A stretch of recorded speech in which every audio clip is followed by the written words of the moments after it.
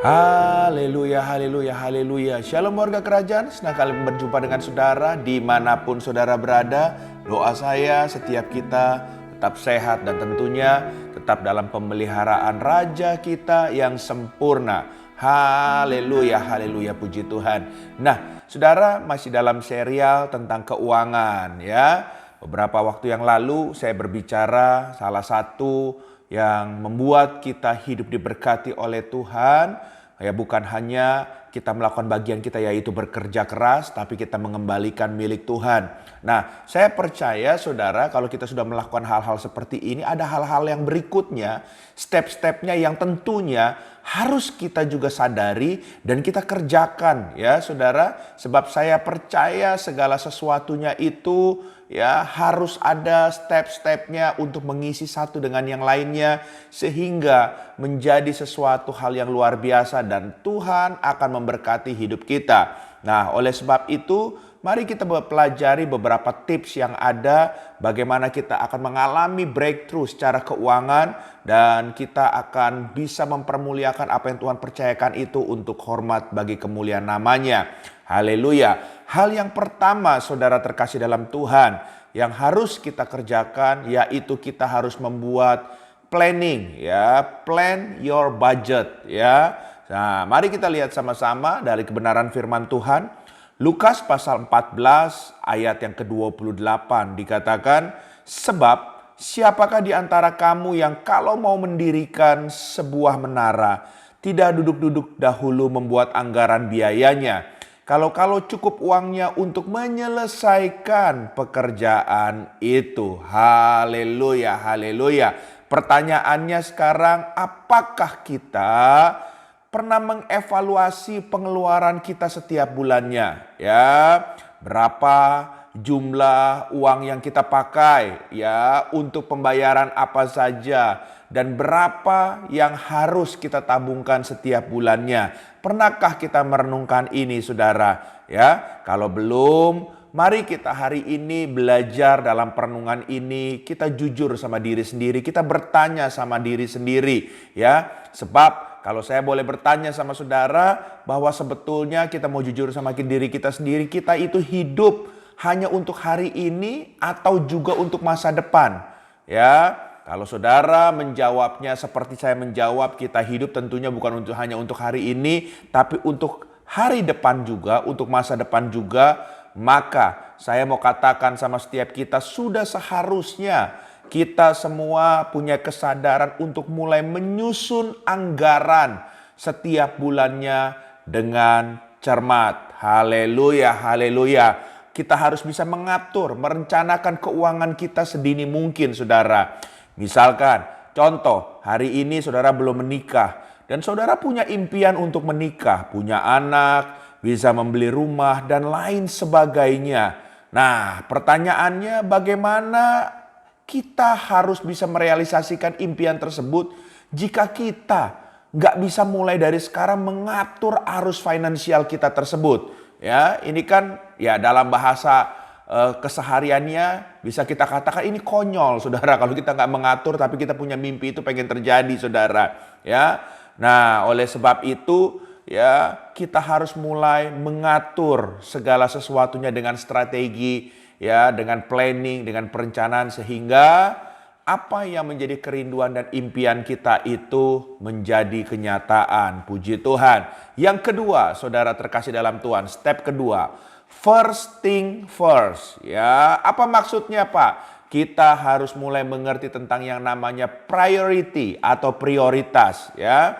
Dan ini adalah salah satu cara ya untuk menyelamatkan diri kita dari kekurangan dana ya, dari segala sesuatu yang terjadi di masa-masa kering dalam kehidupan kita sekalipun ya. Kita harus belajar memiliki prioritas dalam keuangan. Bayarlah apa yang harus kita bayar terlebih dahulu, baru setelah itu kita boleh mempergunakan sisanya ya untuk yang lain-lainnya yang kita perlukan ya. Sebab saya percaya kalau kita terbalik saudara, kita mulai belanjakan buat hal-hal yang gak penting, baru kita mulai belajar membayar yang harus kita bayar, akhirnya yang harus menjadi kita bayar malah gak terjadi saudara ya. Pak, bagaimana caranya bisa menerapkan prinsip seperti itu? Ya, kita bisa mengelola anggaran bulanan tersebut. Yang pertama, saya mau kasih tahu sama saudara, belajarlah mencatat jumlah uang yang kita terima setiap bulannya. Baik itu dari gaji, dari tunjangan, dari komisi, dari laba usaha, ya kan? Dari uang jajan kalau kita masih ya studi ya dari orang tua kita dan lain sebagainya. Lalu setelah itu apa? Yang kedua, jumlahkan semua pengeluaran rutin per bulan tersebut. Termasuk perpuluhan saudara tentunya ya. Ya, setelah perpuluhan uang bulanan untuk orang tua, misalkan kita ada support, tinggal sendiri orang tua, belanja rumah tangga, premi asuransi, internet, listrik, air, telepon, biaya kuliah, cicilan rumah, pendidikan anak dan lain sebagainya. Jumlahkan dulu saudara. Saudara harus tahu nilai pastinya ya dari pengeluaran rutin per bulan tersebut.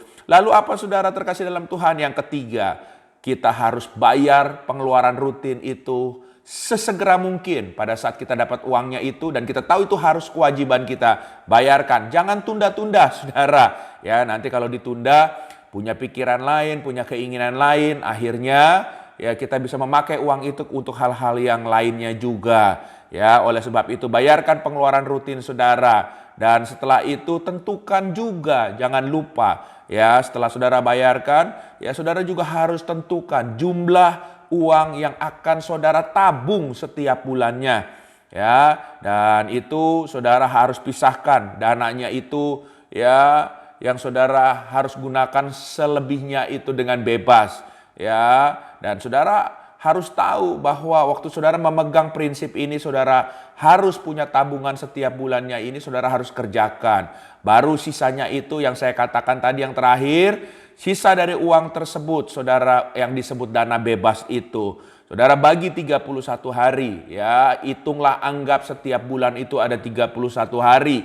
Dan hasilnya itu adalah budget harian saudara. Ya, itu yang saudara boleh pakai dan tidak boleh melebihi. Kalau lebih bagus saudara bisa masukkan ke tabungan lagi.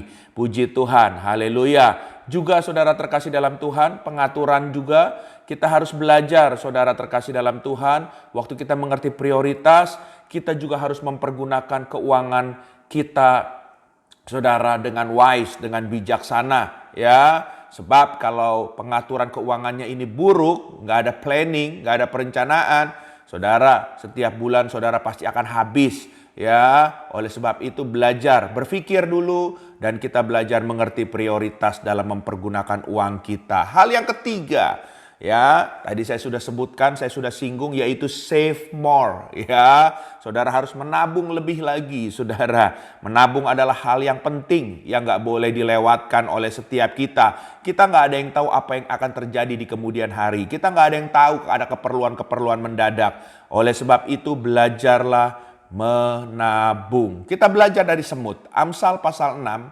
ayat yang ke-6 sampai ke-8 dikatakan, "Hai pemalas, pergilah kepada semut, perhatikan lakunya dan jadilah bijak. Biarpun tidak ada pemimpinnya, pengaturnya atau penguasanya, ia menyediakan rotinya di musim panas dan mengumpulkannya makanannya pada waktu panen." Jadi saudara harus bisa menabung. Haleluya, haleluya. Yang terakhir, yaitu yang keempat. Apa itu? Do your part. Ya, lakukan bagian saudara. Ya, haleluya.